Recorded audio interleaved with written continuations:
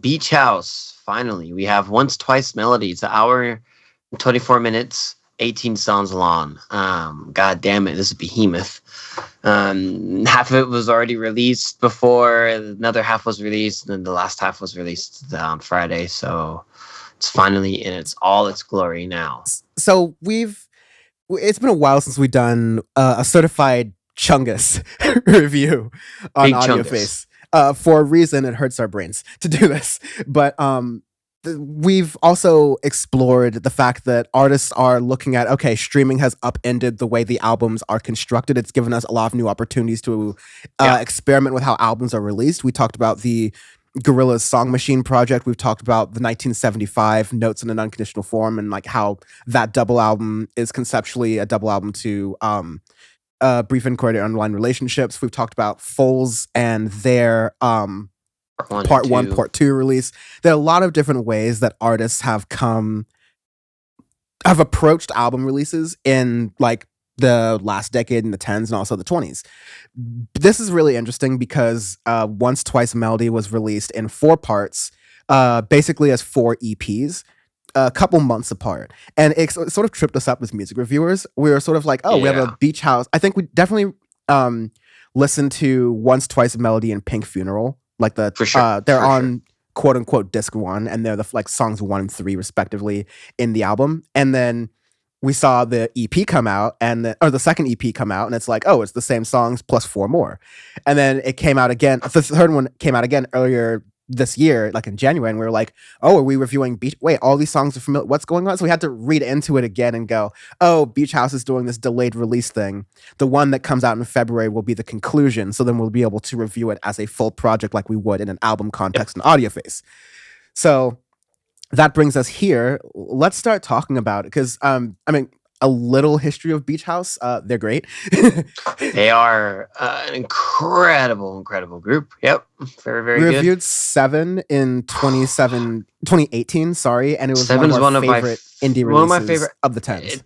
It's one of my favorite albums we've ever reviewed on this podcast. It's probably top 10, top 20 albums we've ever reviewed on this podcast. I want to do that one day. I think that'd be a fun bonus episode to go back on and say, what are our favorite reviews? And some of them might surprise you of like some reviews I like that we've done are just like good music, and then B, some of them are bad music, just trashing on people because some of them are just hilarious. But I think that'll be a fun episode. But side note, anyways, like they've been a group for quite some time. I mean, the self-titled Beach House came out. Right? Duo, yeah, essentially duo. 0506 I think was their self-titled release, I believe. And they've just been, every few years been pumping out these incredible records. I mean, 7 came out that we did review. You have Depression Cherry in 2015, which is one of my favorite indie records ever. They're very, very good and talented at what they do. They always constantly improve their sound and always push themselves forward and push the indie genre forward as well. They've experimented so many different electronic sounds and stuff throughout their careers, and it's very good. And now they have, they've established themselves, and that's why I always make that comparison. Like, this sounds like Beach House. It's like, a Beach Housey sound because they've been around that long and they've really established themselves as one of the best indie bands ever, really. And going on to this record, yes, it's long. Give a brief summary of my feelings on it. There are things in here I don't necessarily like, but there's a lot of good in this record. Starting off with the opening track, Once Twice Melody, which I have listened to quite a bit since its release.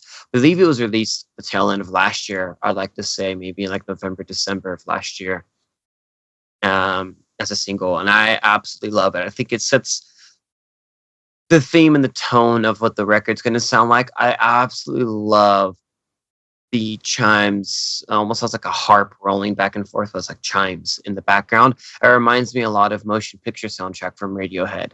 The way it for the chimes kind of go back and forth in there. It's really hauntingly beautiful. And then the synths come in and the vocals. I'm like, this is quintessential Beach House. Like, if you want to know what they sound like, that track gets you an idea of a lot of their discography. Yeah, a soundscape that sort of envelops all around you with a number 100%. Of different instruments harmonizing and like colliding together and in a really good way. Exactly. Sometimes when instruments collide together in indie, it's like, oh no, this could be a mess. No, it's always this More on blissful, that later. wonderful sound. Yes. Um, Um, wow, it starts great. I really it's. I'm gonna do my review. I was almost just like just talk disc one, disc two, disc three, disc four, because that's gonna be the easiest way. Definitely to me, which is funny. This year, we've had a lot of bottom heavy records. To me, this is top heavy. Disc one to me is my absolute favorite of this record by far. yeah. I absolutely love the placement of Once Twice Melody, second track, Superstar, picks up more of like your rhythm indie, and this is like the indie I like have a soft spot for. I absolutely love it. It's beautiful. It almost reminds me of early M83, Saturdays Equal Youth style of M83, but of late 2000s actually. Like it, and you don't get too many of that sounds anymore in this day and age. A lot of the indie artists are going either like 80s synth pop or grunge. There's not this like in between sound that we're getting too much anymore. And I'm glad that Beach House are trying to push themselves a bit, but still sticking true to themselves as artists. It's always that fine line. Third track, Big Funeral, which we both liked when there was a single, and then Through Me was also very, very good on disc one. And I those four tracks, I absolutely adore. Really, really like. Where I start to get a little bit of issues is with disc two and disc three, where between those ones you have decent tracks like ESP and New Romance. Especially New Romance is fantastic, but some of the tracks get a little bit washed out in the way that they're produced, I guess, in the way that they sound, because those two discs sound very similar to me. And the way that they're made, the way like the production is and whatnot, it can get a little bland of that, especially because they started so strong on those first four tracks. Then their next 8 tracks after that, it's hard to keep that that tempo up and whatnot without getting just drowned out. And that's when it started to get feel on towards the this three. You still have great tracks, great ideas in there, but that's for example, like Illusion of Forever, fantastic track too. But the other issue is like you can do some editing of it. Like you can get rid of some of those tracks as an entire project. EPs Yeah. by themselves, fine. Like they're fantastic. Every one of these discs as a runaway just EP by itself are amazing. As a whole group project, it just gets to be strung out and really long to where, especially the second and third disc, I had to listen to it by itself to get those, New Romances, Illusion of Forever, those tracks, because I missed it in my first run through of the whole album. And then I just did it in chunks after that. And that's where I was like, okay, now I can understand how this album is supposed to sound. And the issue One with that is I would rather it be, a disc shorter or even a disc and a half shorter as a full album, and then release the other one as B-sides, which they have done before.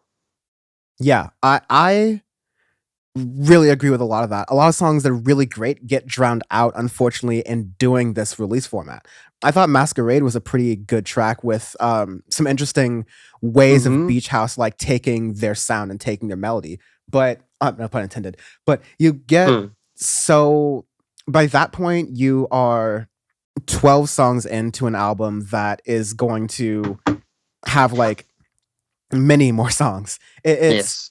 And I have to also commend Beach House for having such a supreme, like each EP or each disc on its own, like starts and ends nicely, can sit on its own as Yes. its own project 100%. wonderfully. I think there's something to be said about that. And I think like you can have an hour and a half long project and you can still have variety in it and do stuff with it, but that presentation is going to hurt you in an environment or it's going to be something to think, not necessarily hurt you, but it's going to be something to consider when you're in an environment where artists are getting it done in 40 minutes. Artists are getting it done in really amazing ways that feel complete and fully encapsulating in 45 to 50 minutes, right?